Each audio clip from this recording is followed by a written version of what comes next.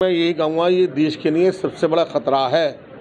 उन देशभक्तों को समझना चाहिए जो देशभक्त की रोज़ाना वो करते हैं, वो दुहार लगाते हैं। एक औरत पाकिस्तान से बिना वीज़े के इंडिया में आ गई और राजधानी में आ गई, तो आतंकवादी को आने में कितनी देर लगेगी भाई? हम सब खतरे की कगार पर खड़े हुए हैं। सवाल इस बात का है, ये बात हम नहीं जानते किसकी मोहब्बत चल रही है, क्या लव जहाद है, ये कुछ नहीं, हम चक्कर में नहीं पड़ना चाहते। बात ये है, देश खतरे में है। उन लोगों को फ़ौरन इस्तीफ़ा देना चाहिए जो लोग देश की सुरक्षा कर रहे हैं। जो एजेंसियां वो कहाँ थी कि एक महिला बिना वीज़े के हिंदुस्तान की राजधानी में आ जाए, और हमारे लिए देश के लिए बहुत बड़ा खतरा है।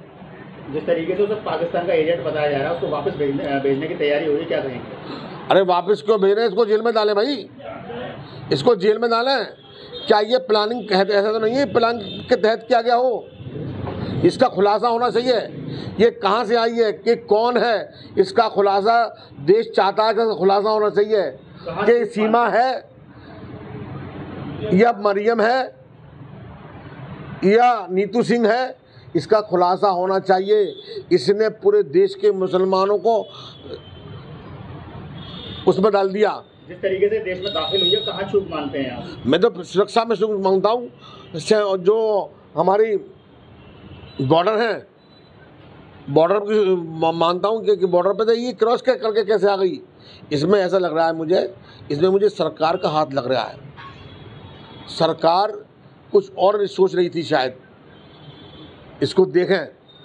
सीमा खुद को बताती कि पबजी गेम खेलने के दौरान मेरी सचिन से मुलाकात हुई और उसी से मेरी मोहब्बत की कहानी शुरू हुई। क्या आपको लगता है कि पबजी गेम की आईडी, इंडिया आईडी और पाकिस्तान आईडी आपस में कनेक्ट हो जाएगी? देखो, मैंने सब्जी को उसको भी देखा, क्या नाम है लड़का उसका, सचिन को भी देखा है, और उस लड़की को भी देखा है। दूसरे क्या नाम है, सीमा। वो सीमा है या मरियम है, मुझे नहीं मालूम। वो जो भी है, कहीं दूर दूर तक मेल नहीं खाता। इसकी भी जांच होनी चाहिए कि ये कहानी क्या है। आखिर ये देश के लिए खतरा है भाई।